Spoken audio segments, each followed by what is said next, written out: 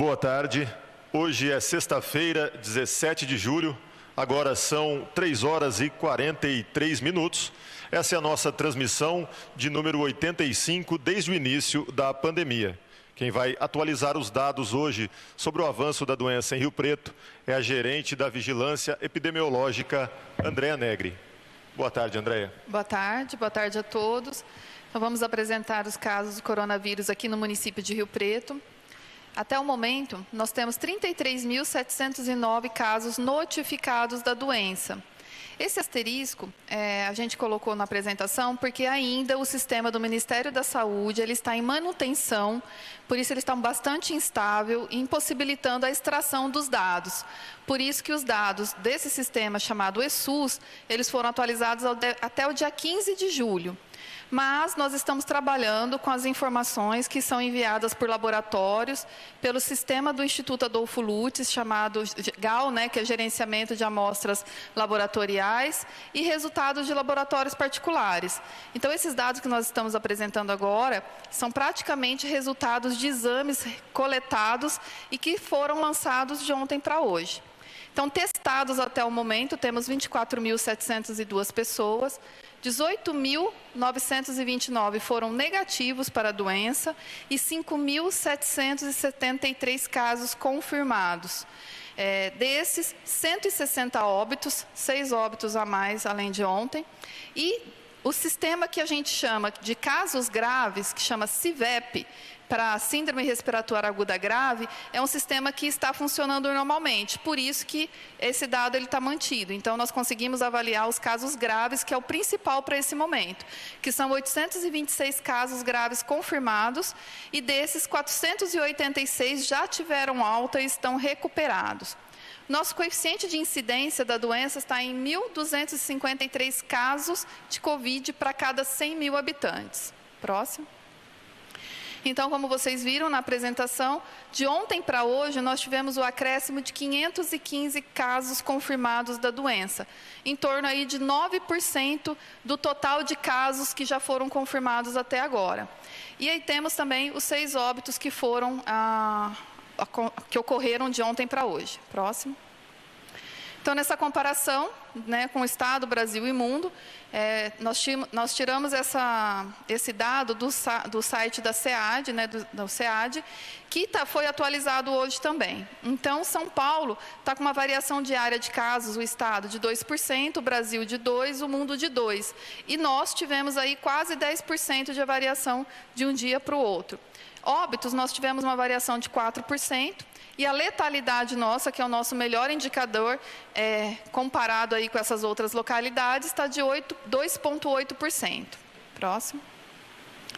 Nesse gráfico, nós apresentamos, então, para vocês os nossos casos acumulados de 5.773 casos confirmados, dando aí uma prevalência da doença até o momento de 1,25% da nossa população.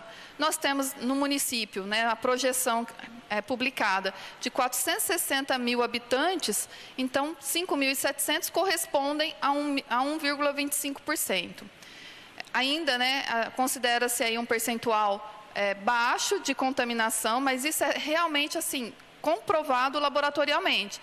Lembrando que muitas pessoas são assintomáticas e que também com sintomas leves que não fizeram exames. Então, a gente espera aí que tenhamos uma prevalência um pouco maior do que isso. Então, até dentro do primeiro caso, que foi 12 de março, até termos 50 casos, foi até 10 de abril, praticamente aí quase um mês entre o primeiro caso e o caso número 50.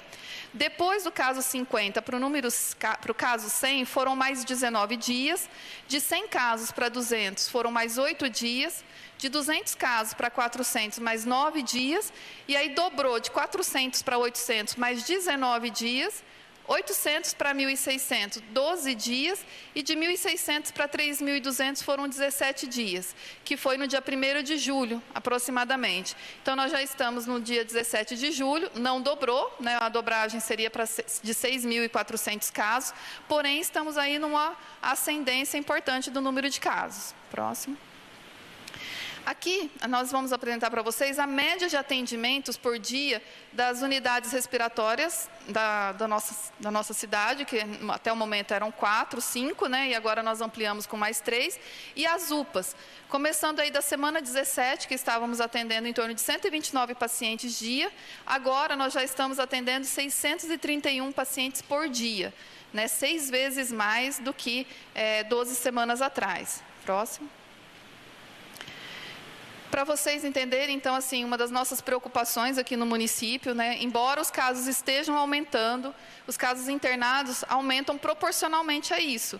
Então, vocês podem ver que as internações, elas aumentaram de 8%, né, a taxa de ocupação de leitos na semana 17, que é no finalzinho de abril, da metade de abril para frente, e agora, né, em meados de julho, nós já estamos com 86% na taxa de ocupação de leitos, o que é um indicador, né, importante aí do Plano São Paulo, que é um que pode estar indicando para, numa próxima avaliação, o risco do município ir sim para a fase vermelha, por causa realmente dessa taxa de ocupação de leitos. Próximo. Então, em relação aos casos de síndrome respiratória aguda grave, nós temos notificados 1.968 casos. De ontem para hoje, entraram 48 casos notificados, internados graves. Estando, então, em 17 de julho, 301 pessoas residentes de Rio Preto internadas com a síndrome respiratória, 125 estão em UTI e 176 estão em enfermaria. Vocês podem ver que no próximo quadrinho, né, nós temos aí na próxima coluna, os casos confirmados de Covid, né, que são 84 casos em UTI e 91 em enfermaria, né, dando uma soma aí de 175 casos internados com Covid no momento nos nossos hospitais, tanto público quanto privado.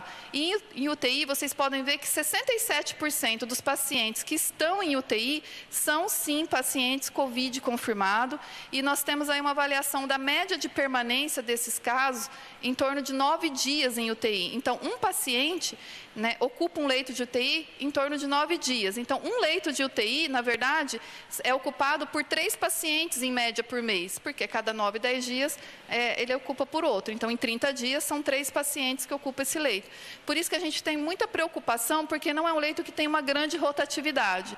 E se os casos continuarem aumentando dessa forma, sim, as nossas taxas de ocupação vão aumentar ainda mais, e aí correndo o risco, sim, de termos aí uma ocupação em que a gente não consiga, né, manter esses pacientes nos hospitais, e aí até precisar de um suporte, é claro, na região. A gente não tem como falar assim, olha, os pacientes vão ficar sem atendimento. Tem toda uma organização no estado em que, se um paciente às vezes não tem o leito em uma cidade aqui da região, ele é transferido aqui para Rio Preto, né, para o hospital de base.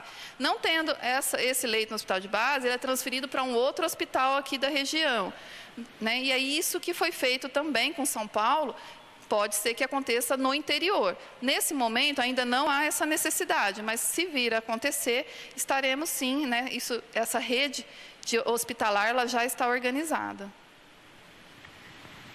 Obrigado, Andréia, por mais essa atualização dos dados. E antes de encerrar a live de hoje, eu gostaria de registrar a participação dos intérpretes de Libras, Alfredo Neto e Domingos Carvalho, que participam voluntariamente desta transmissão por meio de uma parceria do Lar de Fátima e da Secretaria da Mulher, Pessoa com Deficiência e Igualdade Racial. Eu agradeço mais uma vez a presença da Andréia Negri, gerente da Vigilância Epidemiológica, trazendo os dados, e lembro que a próxima live será na segunda-feira, às 3h30 da tarde. Desejamos a todos um ótimo fim de semana e pedimos a você que só saia de casa se for realmente inevitável, e se tiver mesmo que sair, por favor, use a máscara.